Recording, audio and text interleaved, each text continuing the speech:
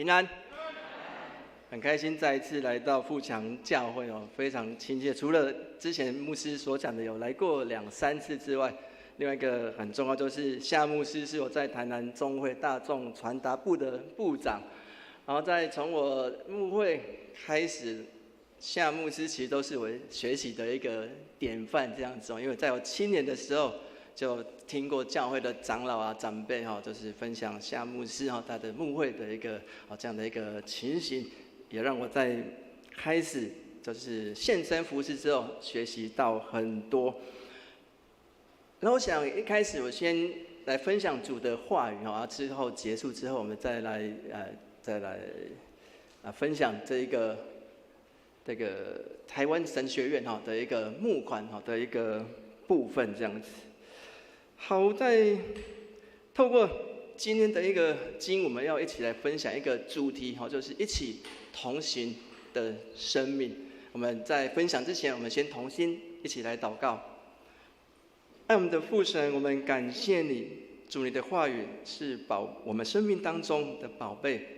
因为我们处在这个社会当中不论是世界的一个价值，还是种种这些文化以及观念。其实每一天都在影响着我们。当我们要走在合神心意的一个道路、蒙福的道路当中，我们必须要时时能够透过你的话语来提醒我们，在我们忧伤的时候来安慰我们，在我们失落的时候来激励我们。我们再一次将今天的分享交托在你的手中，愿主你在当中就透过你的话语。对我们每一个人说话，我们这样祷告，奉主耶稣名求，阿们。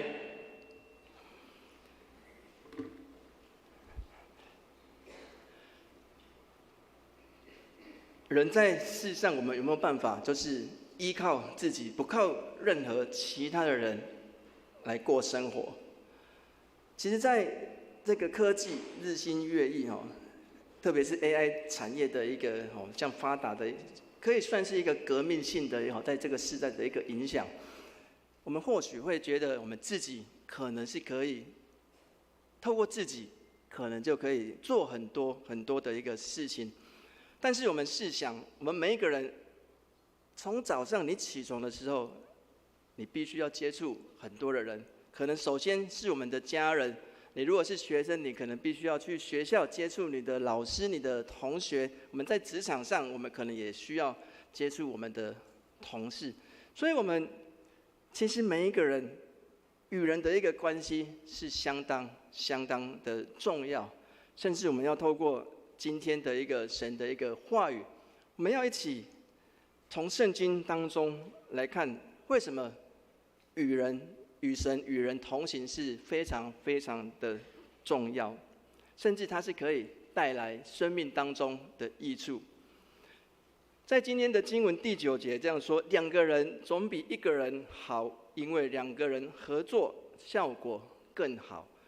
我们直接从这个经文来看，其实就可以看到同行是带来加倍的效益，同行是带来加倍的果效。在犹太人有一句谚语这样子说，就是1个人没有朋友，就好比左手没有右手一样。这一句话它其实强调的就是朋友之间友谊的一个在生活当中的一个重要性。生活当中失去了一个朋友，还是失去一个陪伴的人，就好比1个人失去了1只手一样。暗示着就是有一些缺乏，人甚至是一个孤独还是无助。所以朋友还是我们的陪伴者，在生活当中其实是相当的重要。他扮演着支持、理解、陪伴、提醒这样子的角色。如果缺少这一些，其实在我们的生命当中就会不完全。所以在犹太的文化当中，朋友之间的一个情谊，这样子的一个关系，是被视为一个宝贵的资源，能够提供在情感上生活上各样的一个协助。所以这句话其实也是在提醒人要珍惜与人的一个关系，主动去建立关系，主动去关心人，然后维护彼此的友谊。这样就像左手跟右手可以相辅相成一样，在我们的人际关系当中，在我们的教会当中、家庭当中，其实也都是一样。经文说，两个人可以做的事情，绝对比一个人更多，而且效果是那个果效是加倍的，是更好的。所以两个人在一起可做的一个事情是可以更多的，然后甚至是可以彼此来互相帮补。在我不足的地方，我的家人、我的朋友、我教会的同工可以成为我的支持，成为我的帮补。然后其他人的一个缺乏，我也可以用神赐给我的恩赐来帮助我的家人，祝福教会的同工。在我读神学院之前，我自己的一个背景是音乐上的一个背景然后所以其实我自己对自己的一个计划，其实是想要用音乐来传福音就如同信妮老师他做很多的一个曲子可以来祝福很多地方的一个教会。所以其实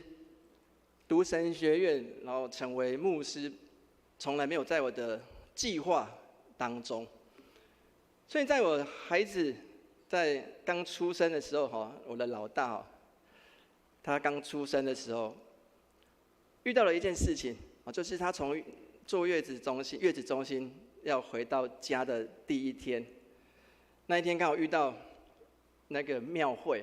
因为我家左边是小城隍庙，然后右边是神坛，然后遇到绕境的时候，那边放鞭炮，声音非常的嘈杂，非常的响亮，所以孩子回到家的时候，整夜就是他放鞭炮放到1、2点了，整晚就一直在那边害怕、哭泣这样子。所以当下我就跟我的太太讨论，就是可能真的要换一个地方，因为其实我从小就住在那个地方，我知道那个庙会庙的老人其实是经常的。然后神坛的部分，那时候好像是2跟4的那大家来签那个6合彩啦什么之类的然后就会聚集一些人家共明白然后问他们的一个神明这样子，所以整个环境其实不是很好。所以我们讨论之后就决定就是可能要买房子，要换一个地方这样子。好，然后买房子，我们知道这大概就是需要缴房贷当初10几年前，房子没有像现在这样子所以房贷大概1个月是1万多块但是当我读了神学院之后，其实那一个1万多块其实是不小的一个数目，因为我离开我的职场从事音乐的一个部分，我进入到神学院去就读，我自己的一个收入就没了。就单单就是靠我太太的工作这样子的一个薪水，然后还有在神学院在当神学院当神学生的时候，去到教会的实习大概每一个月将近1万块的一个这样子的一个谢礼这样子。然后读神学院跟买房子大概也经过了大概也10出头10多年，大概那个大概经过了5、6年了后来你可以想，他完全不在你的一个计划当中。2个孩子一个上那个幼稚园，然后一个是一个上国小了，然后一个是在那个安亲班幼儿园其实光这一些的一个开销其实就蛮多了。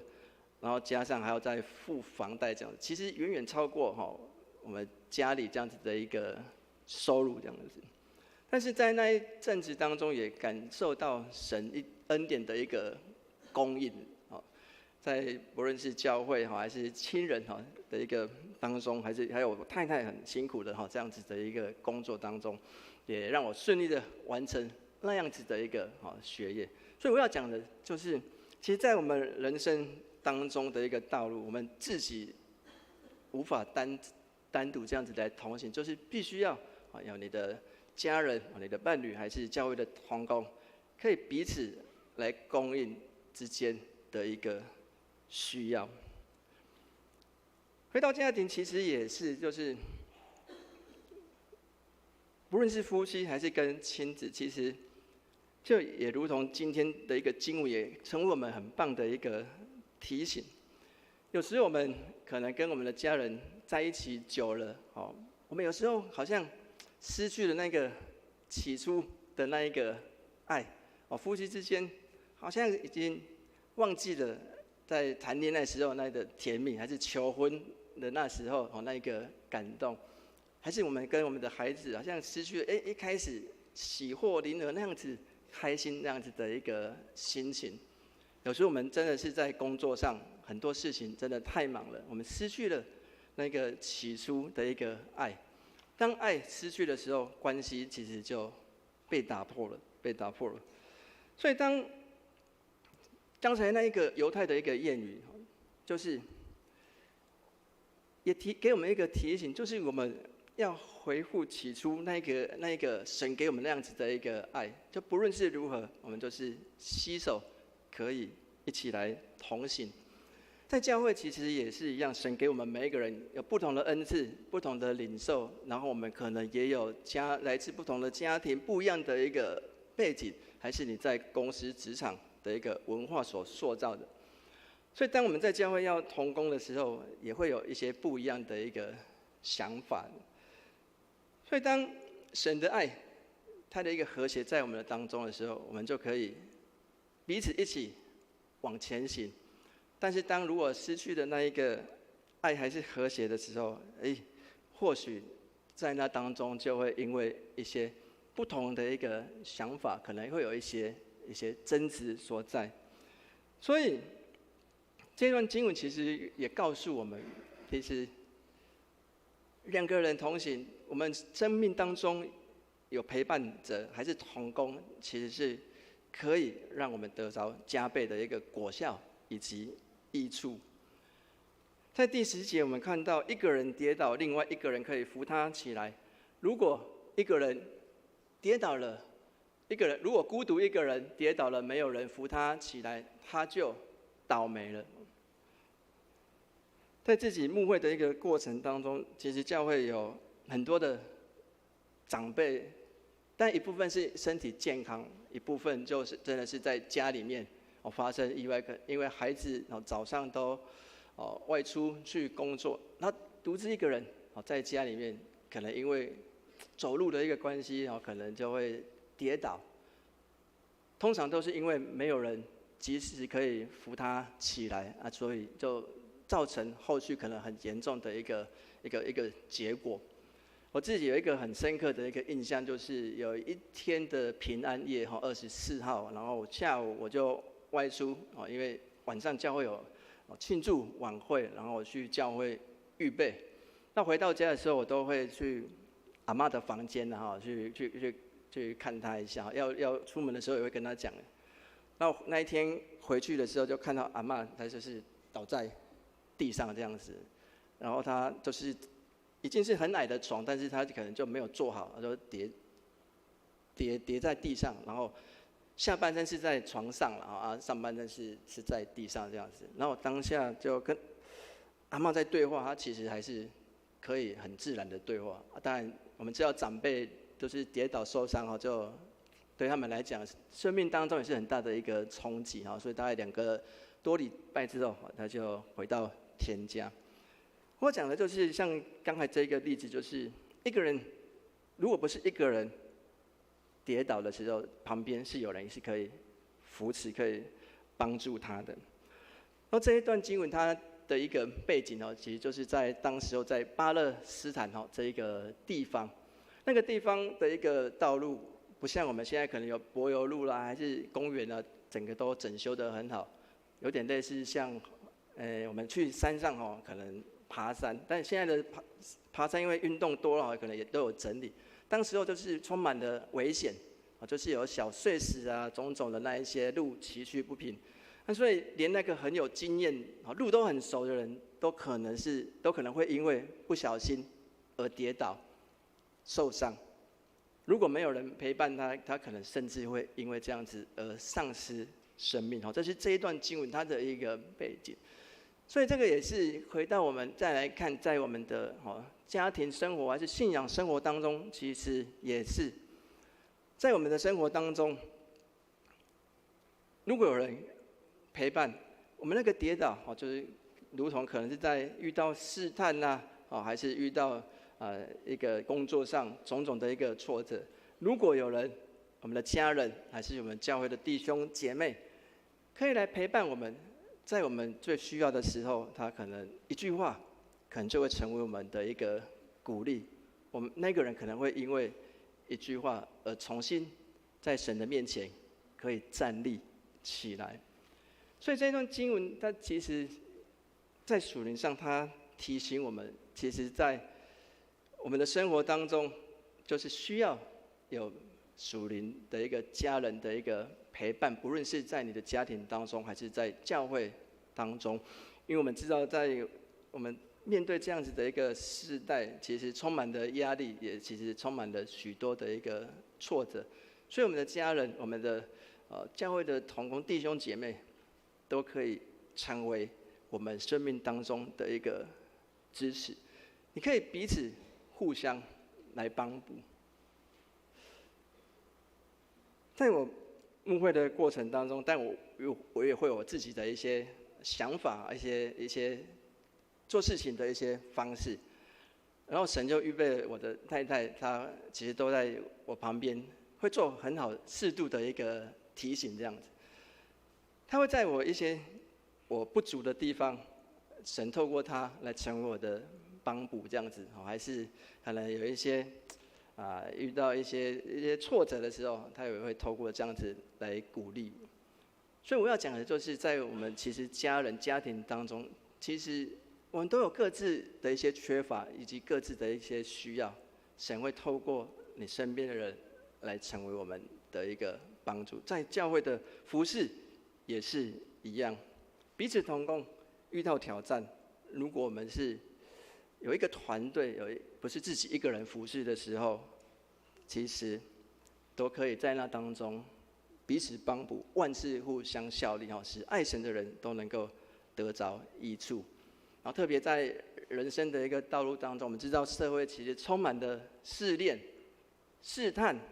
种种。当你一个人的时候，你可能已经陷入到那个罪恶当中，还是已经陷入到偏离神的道，你不自知。但是你旁边有人的时候，他是可以成为你的一个提醒，甚至是拉你一把。我们知道我们的信仰其实就是跟世界在征战，因为我们最后都要进入到永恒神的一个家当中。唯有进入到永恒神的家当中，我们的这一生才是一个完美，才是荣耀神的。所以在这个过程当中，其实撒旦也都在跟神在抢夺灵魂，有没有？所以属灵的同伴、属灵的家人，包括我们自己的亲人，我们都可以扮演这样子的一个角色，可以彼此提醒、彼此帮补。但我们也可以成为其他的人、家人的一个提醒。这就是在神的一个当中，可以彼此同行，然后有人跌倒了，我们就彼此扶持，扶起来这样子。在接下来第11节跟12节，这里有提到两个人同睡，彼此都软和；一个人独睡，怎么能温暖呢？两个人合力可抵抗一人的袭击，单独抵抗就无把握。三股合成的绳子是不容易拉断的。所以在这2节的经文当中，我们看到同行可以共同抵抗外在的挑战。在当时候的一个巴勒斯坦这个地方，就是他们要出远门的时候，他们会遇到2个问题。第一个就是气候的问题，在那个地方早晚温差其实相当的大，不论你是要去到你要那个露宿野外啦，还是你去到那个一些旅店，其实晚上都非常非常的冷。你如果要带足够的那些御寒的东西，又会成为他们在行走当中的负担这样子。所以这一段经文它提醒到的就是两个人就可以彼此照应，彼此让都能更加的一个温暖。然后第二个会遇到的一个困境就是在野外那个地方，你可能会遇到就是野兽的那一些袭击，不然就是会遇到强盗。所以当你一个人要面对这些的时候，是相当的困难。你如果两个人就可以合力来抵抗，三股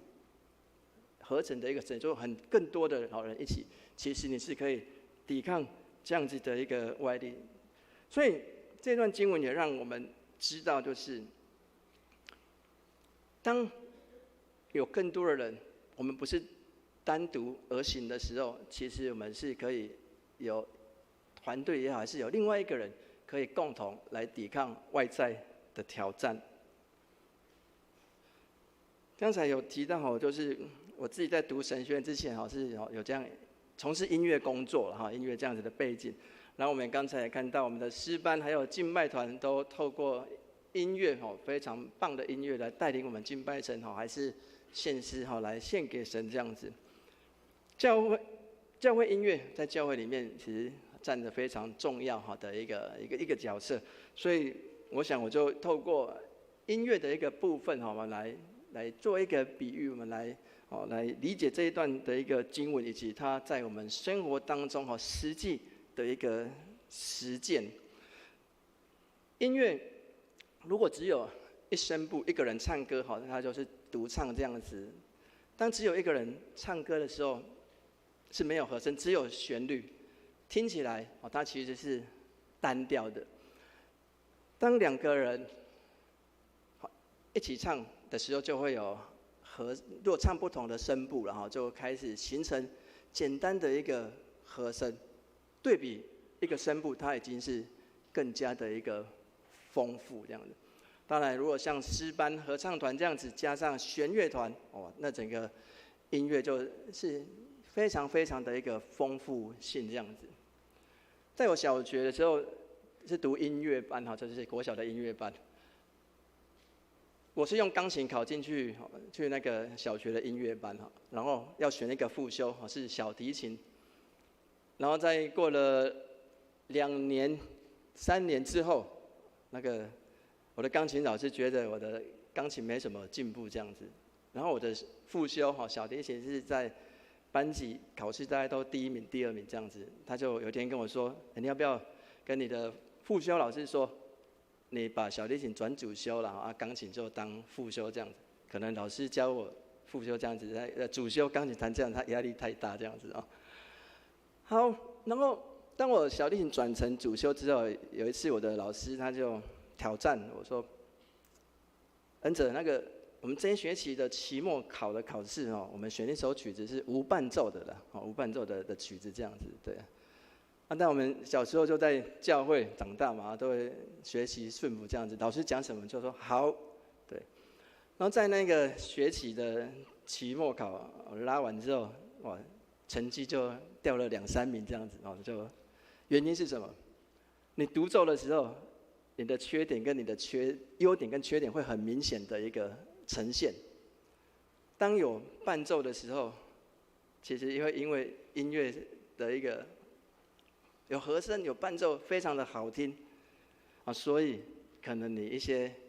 没有拉得很好、处理很好的细节，不那么容易的一个呈现这样子。所以在我们的生命当中，其实也是一样，我们的一个缺乏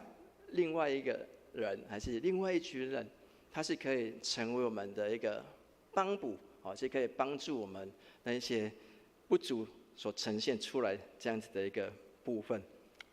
我们人生也是一样，当一群人在主里一起同行的时候，其实是可以丰富彼此的一个生命以及生活。刚才我们有提到，就是2个人以上甚至合唱团就形成了很悦耳、很棒的、很丰富的一个音乐。但是当很多人的时候，你如果在那个节拍、节奏没有在那个点上面甚至会有一些表情，哪一些地方唱歌是要声音比较大，然后哪一些地方是要比较柔，还是甚至速度是要渐慢的。当很多人在一起，他没有在那个同样的一个点、那个节拍、那个节奏上面的时候，他反而是会怎样形成是比较杂乱的那个音乐。所以在我们的生命当中，其实也是一样。我们同行，大家一起同行的一个节奏，就是对焦在我们的上帝。同行的节奏就是对焦在我们的上帝。在我们的信仰里面，上帝会透过他的话语来教导我们，来喂养我们。在同行当中，他的爱会让我们彼此连接在一起，就如同保罗说的，我们都是在基督里，连接在基督，基督是头，我们连接在基督的爱当中，成为合一的一个肢体。然后神有他的一个计划，他也在我们每一个人生命当中都有计划。这个计划，我们每一个人生命的计划是要成就神的计划，这是非常重要，不是要单独彰显个人，而是要成就他的一个计划。所以当我们都一起走在对焦于神，走在他的计划里的时候，我们就同心同行在这个神的一个计划的道路当中。当我们同样被上帝的话语所喂养，我们同样被上帝所爱，然后我们用神爱我们这样子来爱其他的人的时候，当我们一起同心同行在神的计划里的时候，我们的节奏、我们的焦点就会一致，因为我们都定睛在神的话语当中，定睛在他的一个节奏以及安排当中。但是当人如果没有对焦在神的时候，没有对焦在神的节奏，每一个人都有自己的一个节奏，就如同刚才我们所讲的，整个音乐它是没有办法合在一起，因为在不同的一个节奏里。所以当我们要同心同行，不论是教会还是我们的家庭都一样，就是定睛在于神的一个节奏以及焦点当中。如同有时候我们会觉得，到底是要听谁的一个话，听我的还是听他的，谁的一个意见？但是我们每一个人都听神的带领、神的意见的时候，那个就在同一个道路上、同一个点当中。当我们的生命可以彼此鼓励、彼此帮补，然后彼此在爱当中连结的时候，我们就可以像今天的一个献诗，非常丰盛、非常感人，呈现这样子丰盛的一个生命。我们的生命也会感人，我们的团队也会让人来感动，就带出神的一个丰盛的爱。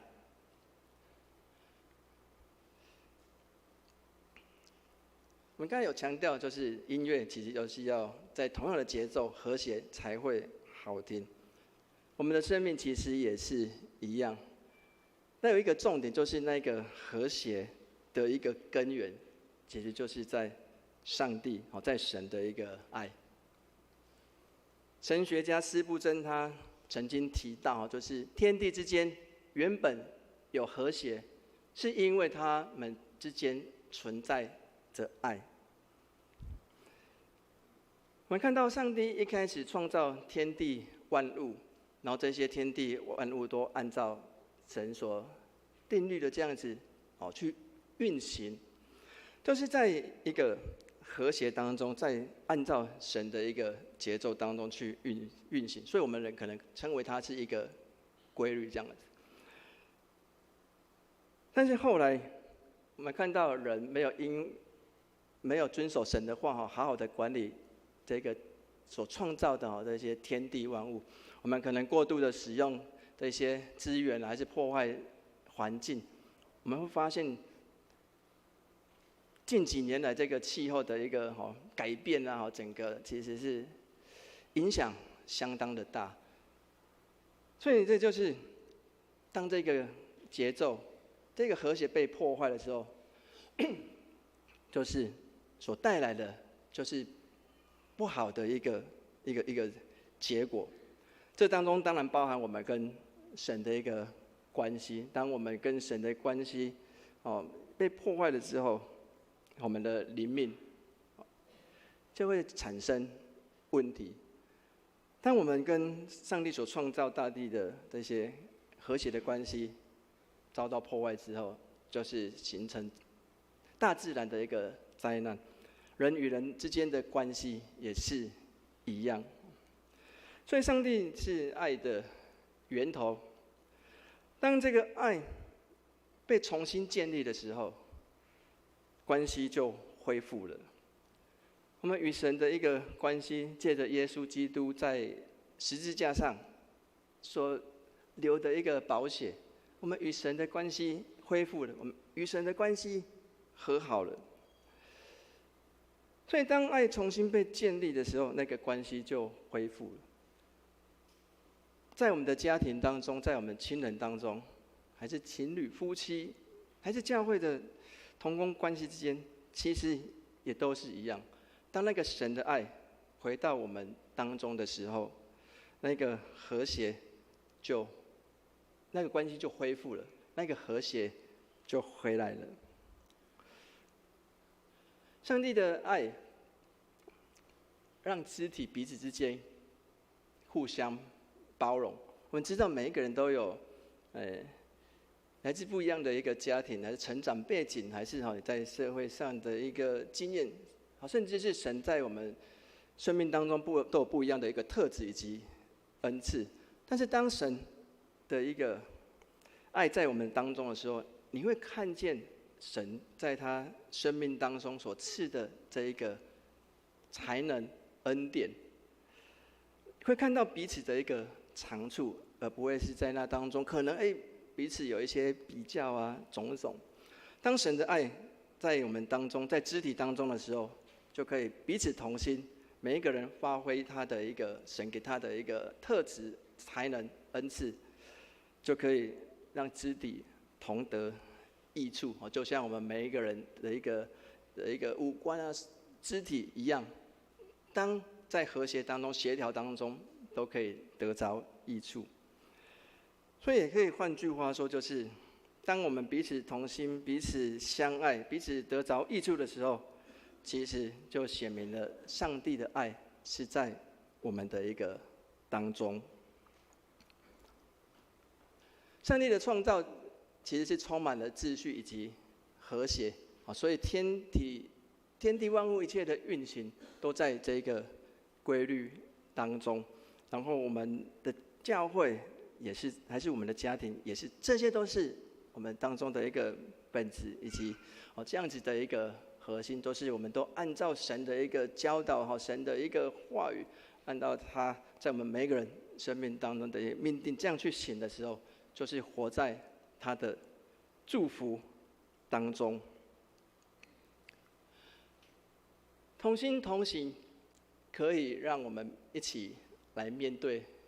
困境。同心同行也可以胜过一切的挑战，同心同行也可以让我们活出丰盛的生命。就如同今天我们看到的经文，你不是孤单一个人的时候，你有人陪伴你的时候，在你跌倒的时候，你就得着扶持，就得着那个需要的一个帮助。在野外，不论是寒冷还是遇到野兽，种种，你都可以一起面对这样子的挑战，可以一起来走过。当我们一起在神的节奏、神的和谐、神的爱当中，我们必能够活出这个丰盛的生命。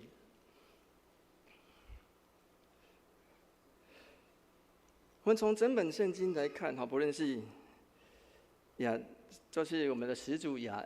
当，我们有没有记得一句话？神看他一个人这样孤独，所以又造了夏娃来陪伴他。当然，因为人的软弱，后来有后续这一些，但是一开始神的用意是，他创造夏娃是要来陪伴他保罗也曾经这样子教导，就是基督是头，然后我们彼此是连接在基督的一个肢体当中。所以从圣经当中我们来看，其实是没有单独的一个肢体，只有彼此支持、彼此扶持、彼此帮补这样子的一个关系。在我们的一个生命的一个旅程当中，我们真的就会面对很多的一个挑战，尤其我们在这个世代当中来看，就是其实我现在有发觉到一个现象，就是现在男女之间那个离婚的那个情形，好像在读书那时候，好像那个情侣分手一样，好像就是这么容易，这样子的一个快。这就是我们现在教会可能在牧养家庭、牧养青年这样子的一个挑战。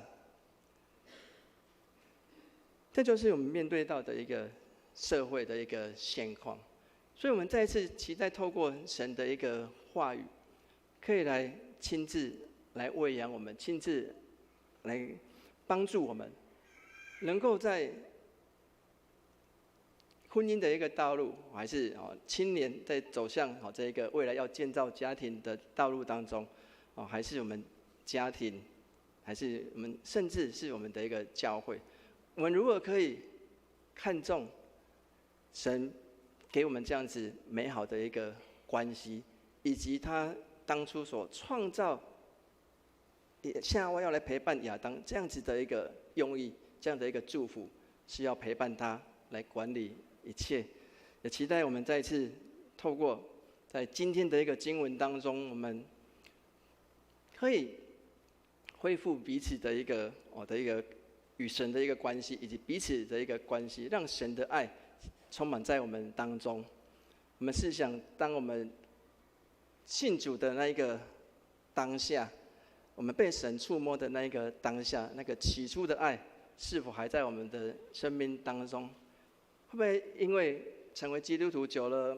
每次来做礼拜，虽然有这么丰盛的一个音乐，这么棒的一个地方，但是好像已经变成是一个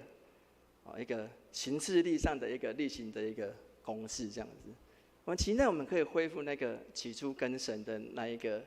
爱，找回那一个感动。包括在我们家庭也是，夫妻之间，当初在那种恋爱的那种感觉，还是求婚的那个当下，可能也因为